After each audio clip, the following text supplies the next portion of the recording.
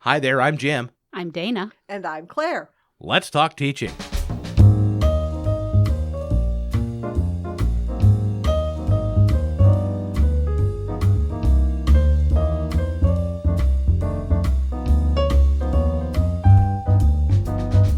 Welcome to Let's Talk Teaching, a podcast from the Center for Teaching, Learning, and Technology here at Illinois State University.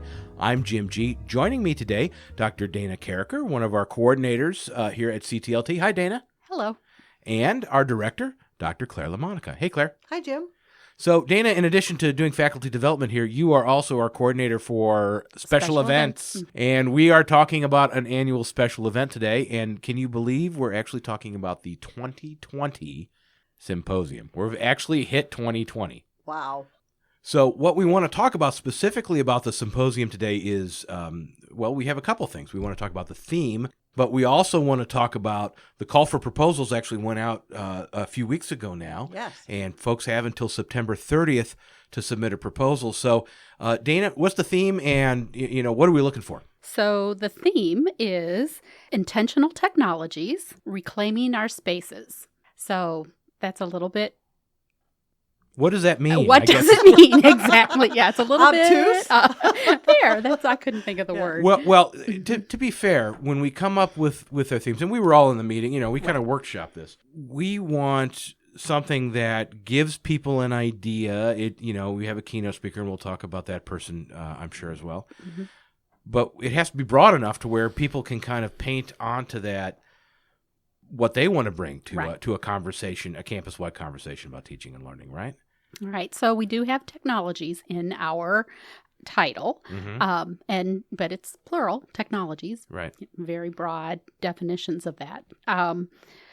And it's kind of hard to talk about it without talking about our keynote. So can we talk about him now? Sure. Okay. Absolutely. No, it's a secret. Well, it seemed like there was an order of things. Well, in years past, we have not had the keynote speaker locked down, but the last few years, we've been kind of on top of it. In fact, I think we knew who this person was going to be a long time ago, but we like just last haven't. winter. Yeah, right. Right. Mm-hmm. So who is it? His name is José Antonio Bowen, and he is actually his discipline is music. He's a musicologist and a jazz performer, but he is also an administrator and as a former president of Goucher College out east. And then he has just taken on a role as a senior fellow for the Association of American Colleges and Universities, so AACU. Oh, cool. So that is he is just moved into that role. Yeah. He is the author of a book that many of our faculty are familiar with. It's called Teaching Naked: How Moving Technology Out of Your College Classroom Will Improve Student Learning. Okay, so the question is, why is the Center for Teaching, Learning, and Technology inviting the speaker to come who's talking about moving technology out of your classroom? I'm guessing his thesis is a little more nuanced than that. Very much so. Okay. Yes. Thus our title. So you see how we worked our way through that. So intentional technologies. Technology is pretty ubiquitous. It's everywhere, and it's really kind of taken over our spaces in ways that aren't necessarily productive. Like our dinner tables. Everywhere, yeah. And so the second part of our symposium theme title is the reclaiming our spaces. So how can we use technologies in ways that really facilitate students' learning? So there we go. Yeah. And when we're talking about technologies, we're not just talking about smartphones. Mm-hmm. Technologies can be, when you say it's a broad sort of definition, how broad is it? How broad is it? Technologies are anything that help us do our work. Okay. And, we've had different technologies all through history. All different kinds. Yeah, history and learning. And sure. and as they come along, learning how to use them and incorporate them. what Dr. Bowen is proposing with this Teaching Naked is talking about the face-to-face contact that students have with faculty. So that face-to-face interactions that we have and kind of maximizing that learning type of opportunity. With technology, you almost have to think about the relevance of a university education. So with technology, you can go get information almost anywhere. So what is the use of having a brick and mortar face-to-face college classroom? His Teaching Naked book talks about ways to rethink our university spaces and the purposes, the ways that the people in those spaces are interacting with each other, and how learning happens. And I just want to interject here that he is a phenomenal speaker. Oh, that's right, because you both saw him at another event, didn't you? We actually heard him. Well, it's actually kind of an interesting story because way back, like last, I don't know, December or so, we got this email from the provost, from Dr. Murphy, who was at a conference. And she said, I'm sitting here listening to this speaker, and he's fabulous. We really need to bring him to ISU. And she gave us his name. And I'm like, oh, we're like, that's a Teaching Naked guy. So then we went, so that must have been last fall, because then we went to a conference in November and we heard him speak. And I'm texting Dana probably. Surely I wasn't doing that during the keynote speaker, but possibly across the room going, we have got to bring this guy to our campus. And she's like, yes, this is the guy that Dr. Murphy told us about. And so we really, we came back and got right on it. So Dana had him lined up, I think, very early in the year. Well, I had been in contact with him before for a previous symposium. And we couldn't get him for that one. Right. And so he had actually contacted me about that same time saying, hey, are you interested? And I said, yes, we are. So everything kind of fell into place very nicely. That's great. That kind of gives us some context of what you can expect at the symposium from a keynote speaker standpoint, from a theme standpoint. And I guess what we're doing is we're asking, between now and September 30th for our colleagues on campus to actually propose workshops that they can kind of put in that orbit around that idea. That doesn't have to be exactly about the theme, but and of course it does, anything that's talking about teaching and learning, Claire, we want to make sure. We always say, anything that you want to talk about that contributes to the conversation about teaching and learning at Illinois State University is worth exploring. But we have a theme essentially to sort of provide a framework, but we don't restrict people to thinking about that theme. But I'm really excited about the symposium. I think it's going to be great. We're going to have some chances for people to interact with Dr. Bowen. We're going to have some, at least one reading group, maybe more than that, reading the book together over the fall. Some people are reading it this summer. So I think this is going to be really bang up. And I really, really hope that people will, if you have even the glimmer of an idea, if you just have sort of a glimmer of an idea and you're not sure how to frame it as a proposal, give us a call. Somebody will help you. I will help you.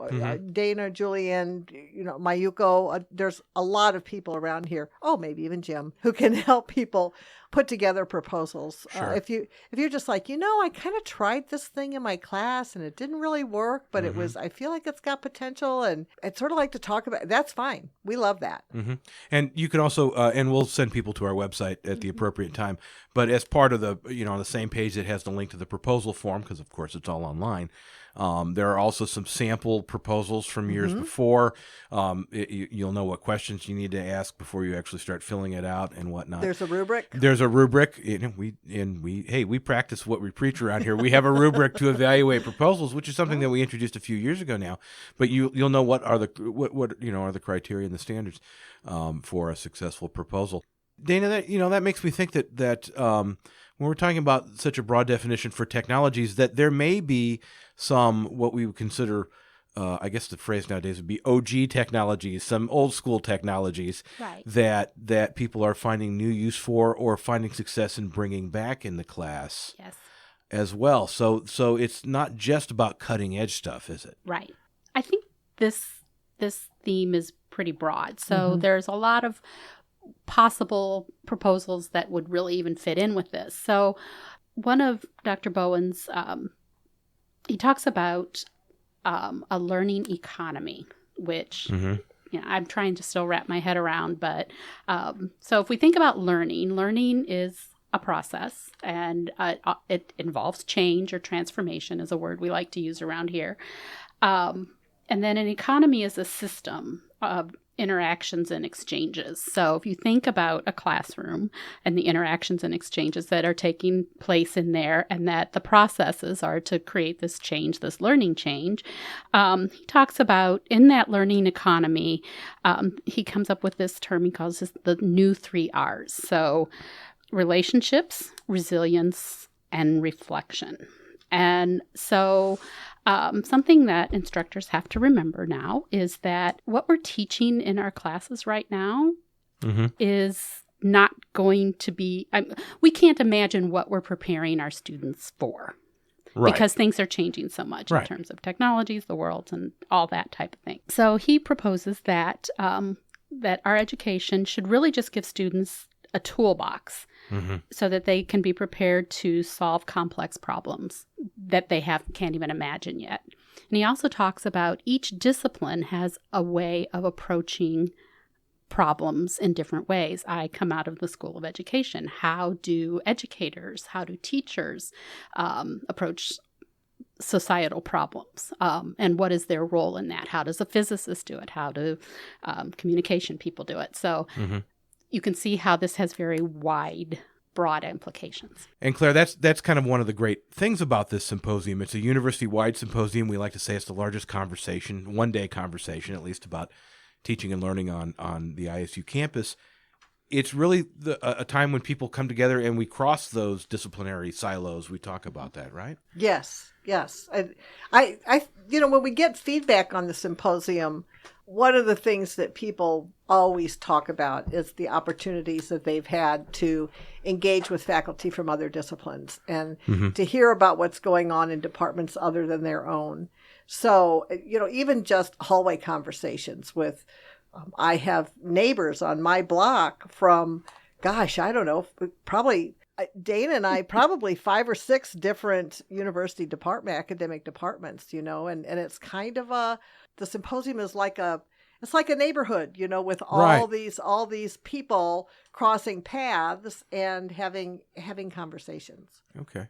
So Dana, very quickly, as we kind of wrap up here, about the symposium, the types of proposals people can make. Can we talk a little bit about that, and what are the different options that people have as far as what kind of proposal what kind of venue or presentation they're going to make? Okay. One of the options is what we're calling the individual proposal. That can be no more than 2 people. So 1 or 2, right, even though it's an individual. Right. But some people do bring an extra along, and they call that individual. And that's a 20-minute session. And so time to present your information and answer questions a little bit. And then we have 50-minute sessions, which are for panels. So more than 2. It's like 3 or more. And then we have a poster session, which is done at the end of the day, also combined with kind of a social hour. Sorry. I got all excited about the alcohol there. Yeah. If you listen to our podcast about the symposium last year, I think you also were the one to bring up the alcohol. Was I? Yeah, I think you were. Starting to see a pattern forming here. And there you go. I'm really not a big even wine drinker. No, once a year I go crazy. Right. Yeah, maybe 2 tickets. Yeah. Maybe not just 1 drink ticket, maybe 2 tickets. Yeah. So our panels oftentimes will be people who've done some collaborative work together. They may not always be in the same academic department or school. Sometimes our cohorts that work together in the summertime, our global cohort or our civic engagement cohort, if they're interested in sharing what they've done, they did the planning and preparation over the summer and had some time to implement, they can come and share what they've learned for that. And then we also have a poster session, right? Yes, that's at the end of the day. That is in the end of the day. That's, right. That's the one with the wine. Oh, that's the one with the wine. I forgot about that. You got all distracted. I got all distracted about that. I'm still back in the event that I did back in June, or in late May. Yeah. So Yeah, those are the three things. So people can propose an individual, a panel, or a poster. Mm-hmm. And once in a great while, we may suggest to someone that hey, instead of form A, it should be in a different form, and they Yes. we may come back with that. Right. Okay. Well, so the symposium is Wednesday, January 8, 2020. The deadline to submit your proposals for the 2020 University-wide Teaching and Learning Symposium is at 11:59 p.m. So it's Monday night, September 30th. And we're usually pretty good about letting people know by mid-October, maybe late We're pretty October. quick. Mm-hmm. Yeah, about if they're in or not, if their proposal's been accepted or not and whatnot. So. Yes. But we'll open registration as soon as the proposals close, or pretty quickly after that. We will open we typically open registration about the middle of October. So the ones who sign up first are typically the presenters, because as Dana reminded me, because we include that link to registration in their acceptance letters. Right. Dana, Claire, thank you so much. Thank you.